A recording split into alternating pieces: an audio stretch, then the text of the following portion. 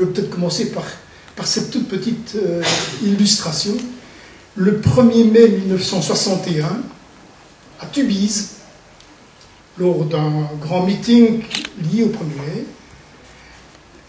Renard, qui avait la formule assez facile, disait la création de Sidmar, donc sidérurgie maritime, qui va être installée près de Gand, installée par le groupe de la Société Générale de Belgique, en relation d'ailleurs avec tous les ingénieurs liégeois. Donc il disait la création de Sidmar, c'est la guillotine de la Wallonie. Donc la guillotine de la Wallonie, on a salué quand même Jean Maurice. Donc il disait le 1er mai 61, Sidmar, c'est la guillotine de la Wallonie. Et pour avoir négocié jusqu'il y a encore très peu de temps tout le dossier de la sidérurgie, je peux vous dire que c'est toujours bien le cas, parce que si même Mittal gère une grosse partie de la sidérurgie européenne et mondiale, ceux qui font la loi dans les implantations, dans les investissements en Belgique, ce sont des gens de Sidmar. Ce sont des cadres supérieurs qui ont pris leur place auprès de Mittal et qui n'ont de cesse que d'éjecter tout ce qui est liégeois. Je peux vous dire qu'ils y ont réussi. Bien, ceci pour la petite histoire. Donc si on m'a demandé de commencer, c'est parce que probablement Francis a imaginé, je sais qu'il en sait bien plus que ça, il a imaginé que le début du fédéralisme, c'était la grève de 1960, que l'on a appelée la grève du siècle par ailleurs, bien entendu.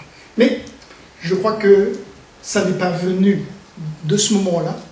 Les racines en sont bien plus profondes, elles en sont beaucoup plus larges, et je vais essayer d'expliquer cela avec tous les antécédents à ce mécanisme. Jules d'Estrée, en 1912, annonçait déjà qu'il fallait que le pays s'organise d'une autre façon que de cette façon unitaire. Il y a eu beaucoup d'initiatives parlementaires, soit francophones, soit néerlandophones d'ailleurs, même avant la Seconde Guerre mondiale, pour parler de fédéralisme en tout cas. L'apport le plus important de Renard dans cette dynamique-là, ça a été de mettre en phase, de mettre ensemble l'idée de fédéralisme, l'idée de modification radicale du système économique, ce qu'on a appelé les réformes de structure, et de lier cela avec une grande mobilisation populaire. C'est ça qui va être très différent de ce qu'aurait pu être un certain nombre d'initiatives parlementaires par le passé, et donc il a avancé l'idée d'une autonomie wallonne comme une revendication, comme on le fait dans le mouvement syndical. C'est une revendication. On veut, dira-t-il, sauver la Wallonie. Sauver la Wallonie. Et il y a tout plein de petits opuscules comme ça qui ont été faits à l'époque, en 1960-61, et qui ont été à la base de toute la mobilisation considérable qui s'est développée. Et je vais bien sûr revenir un peu sur ça.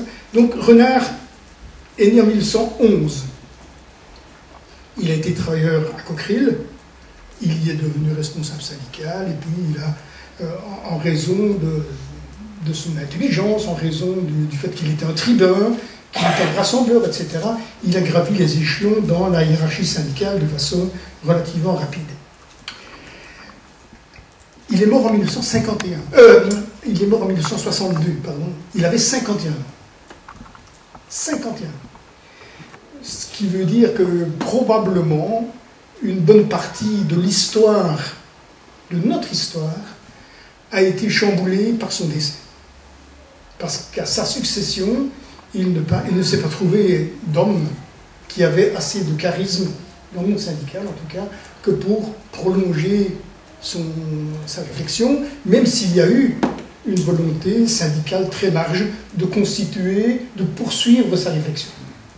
Et la Fondation André Renard, qui a été constituée après son décès pour en prolonger la réflexion et l'action, c'est là où j'ai travaillé. C'est d'ailleurs pas un travail, c'était plus qu'un plaisir. Et je vous assure qu'en relisant tout ce que j'ai comme doc ces jours-ci, on en attrape des frustrations abominables en voyant le travail qui a été fait à l'époque et qui s'est soldé en définitive par une évolution qui a été extrêmement lente, et ça, Jean-Maurice en parlera après. Donc, tribun, rassembleur, homme de presse. J'ai expliqué tantôt qu'il était directeur général d'un quotidien qui s'appelait La Wallonie, qui était imprimé à 100 mètres d'ici. Il a créé, on verra tantôt, hebdomadaire, organe de presse important pour venir en soutien de toute la dynamique de fédéralisme. C'est aussi un grand internationaliste, souvent peu connu, qui après la guerre prenait l'avion pour aller en Amérique latine pour comprendre les évolutions sociales à l'époque. C'est quand même assez rare. Et je vais insister sur une chose qui a été, je crois, importante dans sa vie et dans les contacts qu'il a noués, c'est le fait de la guerre. Il a été déporté en Allemagne, il est revenu en Belgique après une certaine durée d'emprisonnement, il est entré dans la résistance ici en Belgique, il y a eu un rôle majeur dans la coordination de tous les groupes de résistance, mais il en a tiré, je crois, un certain nombre d'éléments tout à fait considérables. Je vais peut-être en citer 3 ou 4. Tout d'abord, j'ai toujours remarqué dans les militants que j'ai eu l'occasion de côtoyer que ceux qui ont vécu la guerre, qui ont été résistants dans la guerre, qui ont donc été affrontés à des périls majeurs, y compris leur vie, ça a créé des caractères qui sont extraordinaires. Ils n'ont peur de rien. Et ne pas avoir peur de quoi que ce soit, c'est probablement un élément majeur dans la poursuite économico-politique qui viendra après. Je me souviens de deux présidents des métallos, après Renard, qui étaient toujours armés dans leur bureau. Je me suis dit quelquefois, qu'est-ce qui se passe? Je me souviens d'un président qui un jour me dit, José, assieds-toi. Il ouvre son tiroir, pas deux flingues. Donc il est prêt à l'insurrection. Il faut dire que ça a été très loin dans les périodes 50, évidemment. Je parle de Robert Gilles. Donc, dans la résistance, ça crée, ça forge un caractère, peur de rien. Deuxièmement, ça lui a permis de nouer des contacts extrêmement solides dans toutes les classes sociales, dans toutes les mouvances politiques, libéraux et monde chrétien. Ça va lui servir beaucoup après. Et il va avoir une connaissance approfondie de tous les collaborateurs, on disait à l'époque. Tous ceux qui ont joué avec l'occupant. Et il va en nourrir une connaissance approfondie et une rage permanente. C'est comme ça que le roi Léopold III n'aura jamais le moindre once de soutien de la part de Renard. Au contraire, il était prêt à tout pour le faire sortir du jeu. Bien, ce passage dans la guerre est important, je crois, parce que ça va lui donner une force tout à fait considérable. C'est d'ailleurs au départ de cela que toute la question royale sera posée. Bien, question royale. Quelques mots là-dessus, parce que ça a été... Quand on parle de fédéralisme, on peut probablement penser que la question royale a été un élément majeur qui va préparer 1960 et tout le chemin après. Question royale, donc c'est 1950, à une époque où, sentant arriver les problématiques du retour du roi, un certain nombre de sensibilités majeures se sont développées, où très visiblement, la sensibilité est très différente entre le peuple wallon et le nord du pays. C'en est au point que, devant le retour probable de Léopold III, Renard a lancé des mots d'ordre tout à fait considérables de grève générale et de grève totale. Ça, c'est une question d'examen. La différence entre une grève générale et une grève totale. ceux qui répondent comme il faut, ils ont droit à une sucrerie à midi. La grève totale, c'est l'abandon de l'outil. Abandon de l'outil, ce qui, chez les ouvriers qui ont la grande fierté de leurs outils, est quelque chose qui ne se promeut pas, pour ainsi dire, qui ne se proclame pas. Même en 1960, on était très loin, on garde les hauts fourneaux, on garde les coqueries pour qu'elles ne se détruisent pas industriellement. Et bien que ça a été jusque-là, avec des dynamiques politiques tout à fait extraordinaires. En 1947, à Charleroi, se réunit, l'expression est assez étrange, se réunit le Congrès national wallon. Congrès national wallon. Où Renard apporte le soutien des 80 ou 90 000 affiliés de la FGTB, première fois où un homme syndical annonce la volonté d'organiser le pays autrement que de façon unitaire. 1947, avec la volonté de créer un gouvernement provisoire qui doit réunir des États généraux de Wallonie. Manifestant bien par là la volonté de réunir tout le monde, tous les partis politiques, toutes les options, afin de faire front ensemble devant cela. Se sont passés ensuite les incidents de Grasberger, vous savez, avec les morts, etc. Et en fait, solution apportée au problème, puisque Léopold III a dû prendre du large. Et en même temps, il y a eu toute une dynamique beaucoup ralentie sur les idées de fédéralisme et de construction de fédéralisme à l'époque. Bien, je raconte cette petite histoire-là parce que les idées de 1960 de fédéralisme ne sont pas nées comme ça, en se levant un jour matin, il a pensé qu'il faudrait. Non, il y a des racines qui sont très profondes.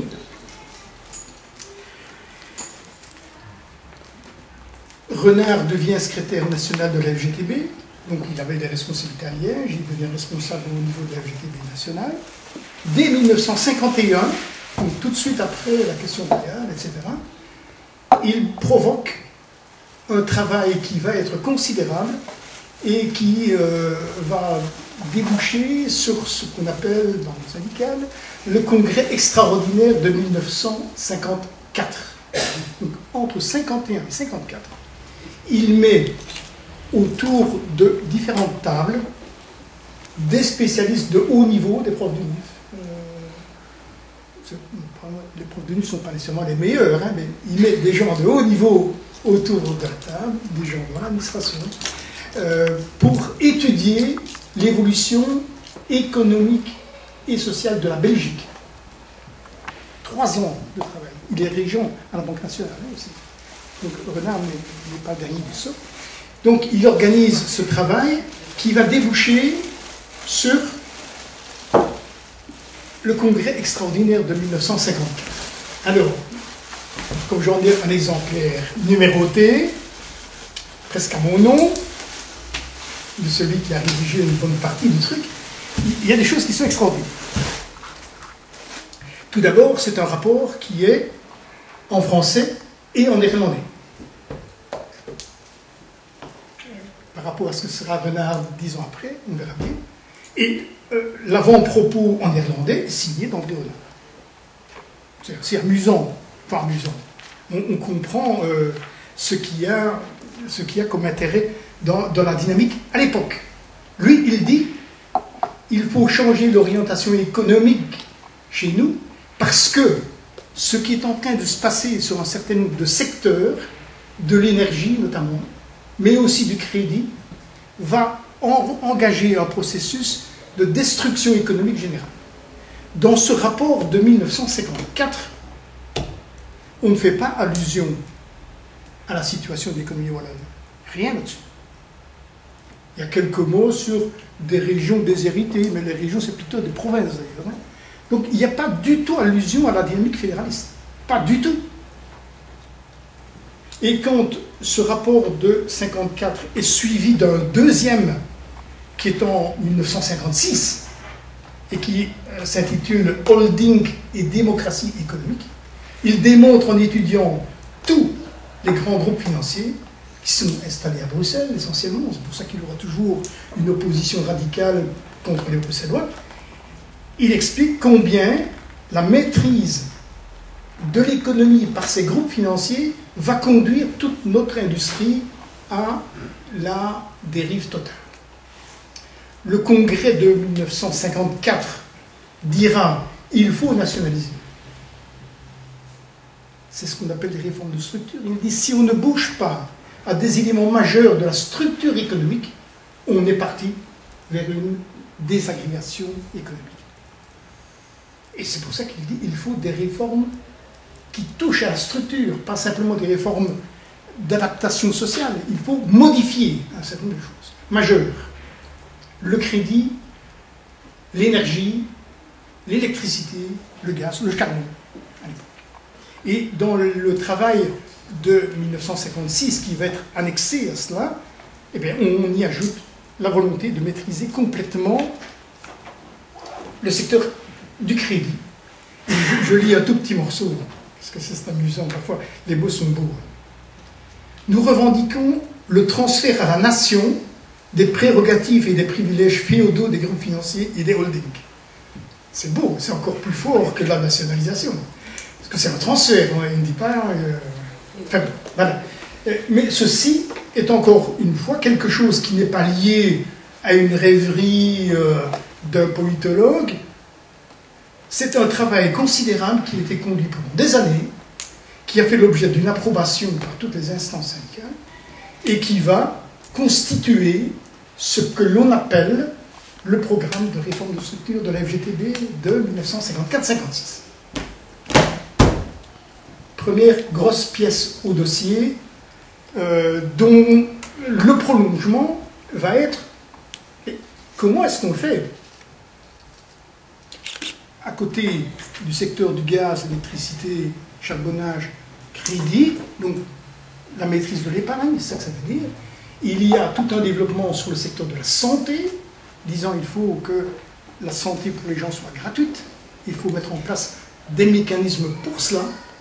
Il va, et c'est peut-être la chose la plus importante et qui passe peut-être le plus inaperçue, il va revendiquer l'organisation de l'économie sous forme d'une planification. Bon, qu'est-ce que c'est une planification? Ben, c'est concevoir ce que sont les besoins d'une population, actuelle et future, et organiser la production industrielle et les services pour répondre à ces besoins. Par opposition à la planification rigide, soviétique, bien connue à l'époque, il dira « nous voulons une planification souple », c'est-à-dire qui permette à ce que les interlocuteurs, la population, fassent état de ses propres besoins et qu'il y ait une alternance entre, pas une alternance, qu'il y ait une réciprocité d'échange entre les gens et les outils qui vont être mis en place pour la planification. S'inspirera d'ailleurs assez bien à l'époque de la planification à la yougoslave, à la Tito, qui se voulait entre les deux blocs, capitalistes d'un côté et communistes de l'autre. C'est probablement l'outil le plus important, qui sera d'ailleurs suivi des faits, hein, on verra, Jean-Maurice en parlera sûrement, et on a créé, au niveau wallon, le début d'un outil de planification. Il y a eu la création du bureau du plan wallon, qui était là. Moi j'ai travaillé d'ailleurs à ça pour mesurer ce que sont les besoins en logement, ce que sont les besoins en éducation, ce que sont les besoins, bref, de l'ensemble de la population. Bien. Donc dans ces rapports-là, quasiment rien, même rien du tout, sur situation wallonne, fédéralisme, rien du tout, rien. Rien. Donc simplement une exigence de transformation de la société capitaliste qui est malsaine pour les sociétés. Qu'est-ce qui va se passer ensuite? Mais rapidement, Renard va mesurer, dans le monde syndical en général, quand on revendique quelque chose, on met les moyens pour le faire aboutir. Sinon, on chante. Hein. Donc, étant secrétaire national au sein de la FGTB, il mesure assez vite qu'il y a de grosses difficultés pour que cet ensemble de volontés de transformation il mesure que ce ne sera pas appuyé de la façon idéale dans le nord du pays. D'abord, entre 56 et 60, il y a 4 ans, ça ne nous a pas échappé ça, les gouvernants ont fait semblant que ça n'existait pas, ou en tout cas ont mis longtemps avant d'entendre ce message, même si c'était porté par des masses tout à fait importantes. Et en plus, les gouvernements de l'époque vont commencer à mettre en place des politiques, on va dire comme aujourd'hui, des politiques d'austérité, des politiques de réduction de budget, des politiques de réduction de coûts, avec en plus une mainmise de plus en plus forte du nord du pays sur l'ensemble de l'économie belge. En fait, de façon beaucoup plus notoire et plus spectaculaire, le nombre de parlementaires flamands étant plus important, en région de démographie, ben, ils vont impulser une maîtrise sur l'État belge. On a parlé de l'État CVP, mais ça va durer une génération, ça. Où le nord du pays va essayer de s'accaparer, va s'accaparer l'intégralité des grandes décisions économiques dans ce pays. Et même à l'intérieur de la FGTB, Renard dit « Nos préoccupations ne sont pas suffisamment prises en compte », dit-il à l'intérieur du Bureau national. Arrivent les premières informations sur ce qu'allait être la loi unique de 1960, et dès que cela apparaît, Renard mesure tout de suite qu'il n'y aura pas dans le nord du pays une sensibilité suffisante que pour s'y opposer. Donc d'un côté, il mesure que le programme de réforme de structure n'est pas soutenu avec la force qu'il faudrait pour le faire aboutir, et d'un autre côté, le gouvernement ou les gouvernements de l'époque mettent en place des politiques d'austérité qui vont accroître encore le problème, tout en redisant combien les groupes financiers privés réorientent le développement économique dans le nord du pays. C'est à ce moment-là qu'interviennent les grosses dynamiques de la grève de 60, avec des mouvements quasiment insurrectionnels, avec des rassemblements populaires majeurs, marqués essentiellement dans le sud du pays, avec quelques îlots de résistance aussi en Flandre, mais les choses deviennent tellement fortes, tellement violentes d'ailleurs aussi, vous avez vu tout ça, bien sûr, que Renard décide de quitter la FGTB. Donc il décide d'abandonner sa fonction de secrétaire national adjoint, secrétaire général adjoint de la FGTB, dans des termes que je vous lis. Parce que j'ai ici la lettre qu'il a envoyée au bureau et qui dit « J'avais indiqué lors d'une séance du bureau que je démissionnerai le jour où je considérerai qu'il existe une incompatibilité entre les positions que j'ai défendues et la fonction que je suis appelé à remplir. » Bien, voilà. Et cette incompatibilité existe aujourd'hui, car je continue à croire que le fédéralisme est le seul moyen d'assurer une véritable union entre Flamands et Wallons. Donc il va poser les jalons de ceux qui le critiqueront après, disant « vous voulez opposer des peuples ». Lui il dit non, pas du tout. Il considère que c'est le seul moyen pour maintenir une véritable union. Il apparaît impossible de réaliser cette formule au sein du mouvement syndical dans les circonstances présentes. Je maintiens cependant que, loin de diviser les travailleurs, un système confédéral les unirait davantage. Donc c'est relativement important que je vous lise ça pour comprendre la philosophie. La philosophie du renardisme, de la revendication du fédéralisme, est une revendication économique. On ne fera jamais allusion aux gens qui parlent une langue ou une autre. Il n'ira jamais dans une confrontation de ce type linguistique ou culturel. Il avancera toujours sur la volonté d'aller dans une dynamique de réforme de structure économique. Bien, quand il décide de faire ça, on est en pleine grève, là, hein, on est à la fin de la grève. Qu'est-ce que va faire notre renard? qui avait évidemment prévu le coup depuis un certain temps. Il avait mesuré ces éléments. Donc il quitte le secrétariat général de la FGTB pour se replier à Liège, comme on disait à l'époque.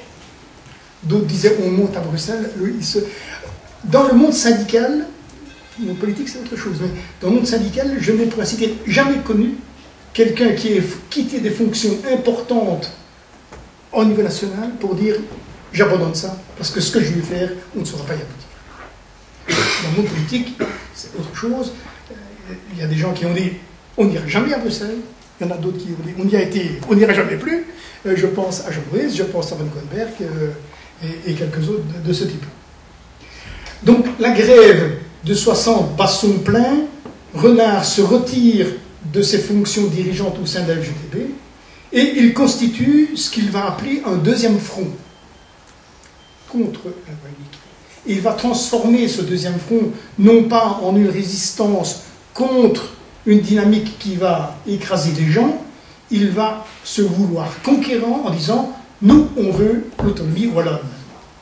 Donc la loi unique, qui est un ensemble de mesures antisociales considérables, il va les transformer en une volonté disant « les réformes de structure qui nous paraissent indispensables, on ne saura pas les faire au niveau national. On ne saura pas les faire. On n'a pas le rapport de force politique qui convient. Donc on va le faire au plan wallon. » Donc, dès qu'il quitte le secrétariat général de la FGTB, il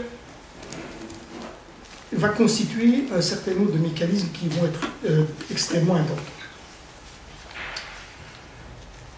Tout d'abord, il va s'appuyer sur 3 ou 4 éléments majeurs. Donc, pour lui, encore une fois, le fédéralisme, c'est un moyen. Ce n'est pas un objectif en soi. C'est un moyen pour faire se transformer une société. Et comme il a toujours pensé que rien ne se ferait sans une action directe, sans une action forte, que ça ne viendrait comme ça, pas tout seul, il va mettre les moyens pour ça. Alors, les moyens, ils sont de quelle nature? Ils sont de nature tout à fait structurelle. Il va s'appuyer sur un quotidien. Il est directeur général du journal La Wallonie. Et donc, le journal va être l'organe de presse par lequel va être véhiculée toute la philosophie et toutes les valeurs que Renard va développer. Bien plus, il va créer un hebdomadaire qui s'appelait, ça n'existe plus, qui s'appelait Combat, hebdomadaire, avec des relations intra-FGTB extrêmement violentes. Parce que vous devez savoir, ceux qui ne connaissent pas, que l'ensemble, c'est toujours le cas aujourd'hui, l'ensemble des affiliés à l'FGTB recevaient à l'époque, de façon hebdomadaire, un organe d'information pour ce qui se passe dans le monde social, les évolutions légales, etc. Ces syndicats. Ils existent toujours aujourd'hui, sauf qu'il ne paraît plus qu'une fois par mois. Et donc, chaque semaine, tous les gens affiliés recevaient ça. Renard, quittant le secrétariat fédéral, dit « c'est terminé, mes gens ne seront plus affiliés à syndicat.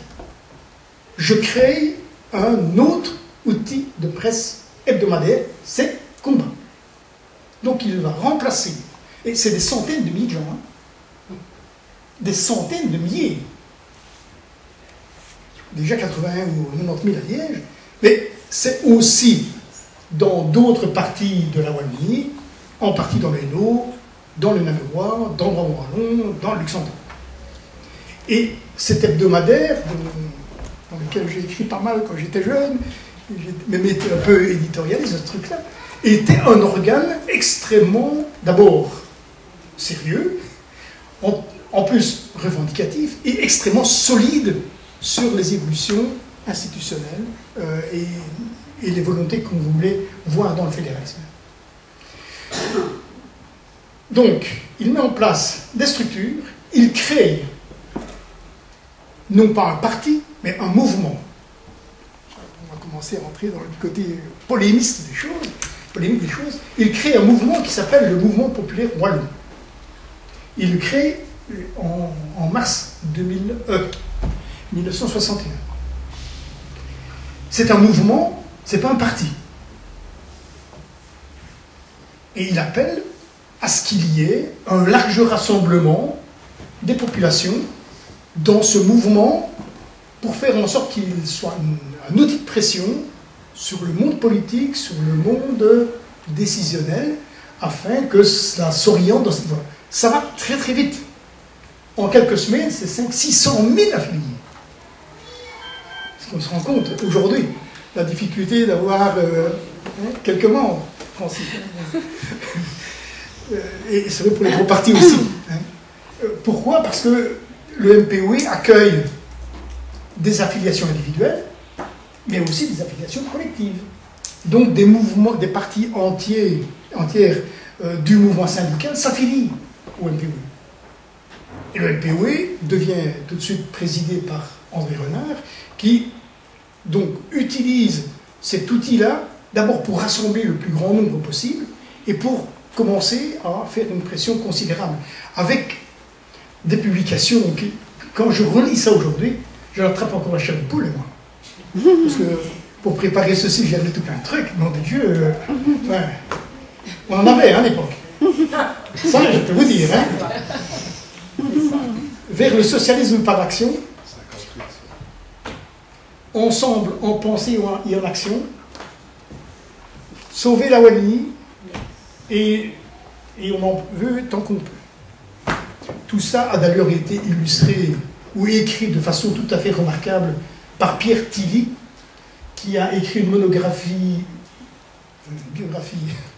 d'André Renard il y a quelques années, et qui est un ouvrage tout à fait remarquable pour cerner la personnalité de l'homme.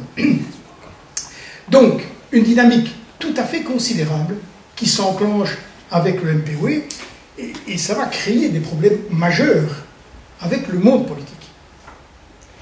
On est à une époque où le PSB et le PSC sont au pouvoir ensemble, et évidemment, Renard dit les socialistes sont majoritaires absolus en Wallonie.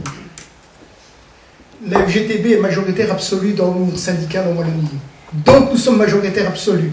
Donc le MPOE doit faire passer ses idées. Donc le Parti socialiste ressent ça évidemment comme, si ce n'est pas une concurrence, en tout cas comme un organe qui veut l'influencer là où il ne veut pas aller, ou pas encore aller en tout cas. C'est peut-être autre chose 20 ans après, mais à ce moment-là, ça a des conséquences majeures, puisque une bonne partie des décideurs syndicaux de la FGTB sont exclus du parti. Parti n'acceptant pas qu'ils soient affiliés au parti et au mouvement syndical. Donc on a une génération de responsables syndicaux qui sont envoyés dans les pâquerettes, et donc les rapports deviennent extrêmement tendus sur ce terrain. Quelques éléments pour, pas terminer, mais presque. La volonté de Renard a toujours été de dire il faut un mouvement de masse.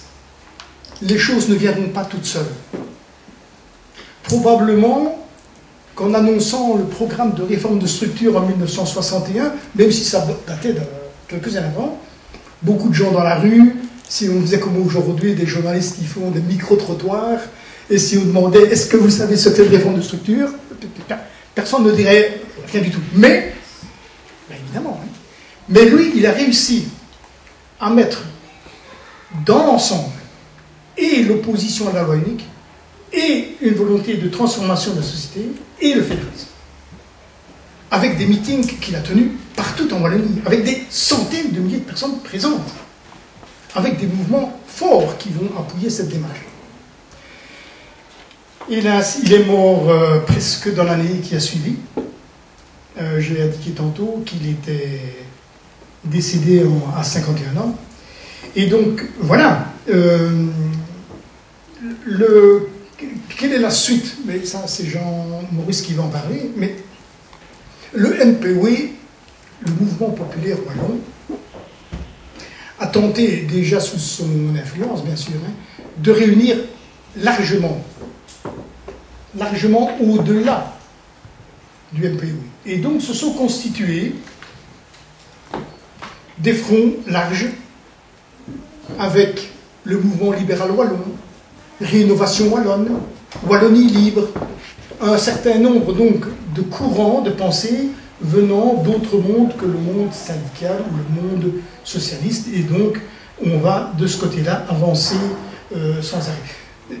Je ne peux pas résister à l'explication de ce petit fascicule qui est vraiment une biestrie, c'est comme une cacahuète, et ça s'appelle le catéchisme du peuple wallon. C'est un peu fou. On voit bien que c'est un clin d'œil à d'autres catéchismes, mais c'est questions et réponses sur le fédéralisme wallon. Et on a en une vingtaine, une trentaine de feuillets. Qu'est-ce que c'est le fédéralisme? Comment est-ce qu'il doit fonctionner? Comment est-ce que les entités doivent vivre entre elles? On ne parle pas encore à l'époque de région. Il parlait de communauté.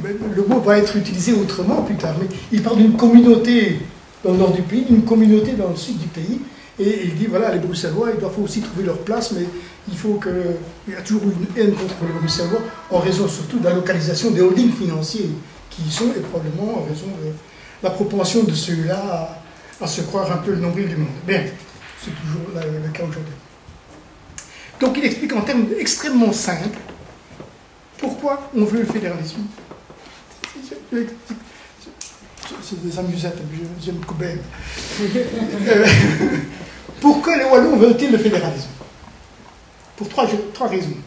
Pour jouir du droit qu'a tout peuple de disposer de lui-même. Donc, ça veut dire qu'ils considèrent les Wallons comme un peuple. Pour éviter d'être mis définitivement en minorité dans une Belgique unitaire. Et 3, pour pouvoir prendre des mesures nécessaires pour enrayer le déclin économique de l'Inde. Voilà. La revendication du fédéralisme, c'est ça. Ce n'est pas une revendication linguistique, comme cela apparaîtra, comme c'était apparu en Flandre bien avant la revendication du fédéralisme chez nous. Hein. Et voilà. Bon, je ne vais pas passer mon temps à vous lire tout ça, mais c'est beau. Oui, bien sûr. C'est beau. Il y a de quoi... Enfin, bon, voilà. Mes frustrations ne cessent de s'accroître. Donc, tout ceci pour terminer en disant quelques mots quand même. Que Renard, dans la foulée de ce qu'il a mis en place en termes d'instruments, un quotidien, un hebdomadaire, et je vous assure, ça compte dans le paysage, toujours aujourd'hui. Hein. Moi, je prétends toujours que ne plus avoir de presse wallonne, de presse près du monde du travail, près de la gauche, c'est un drame. Parce que je me rappelle qu'à l'époque de la Wallonie, quand Joseph Copé était l'éditorialiste, et que c'était Renard le président, ou bien Gillon, ça avait une influence, évidemment. Parce que ce qui était écrit dans un éditorial est repris par la presse RTB et autres, et donc on a un courant de pensée qui s'affirme et qui existe. Quand ça n'existe plus, on n'a plus rien. On n'a plus que le courant néolibéral, chrétien surtout, qui se promène sur toutes les ondes, etc.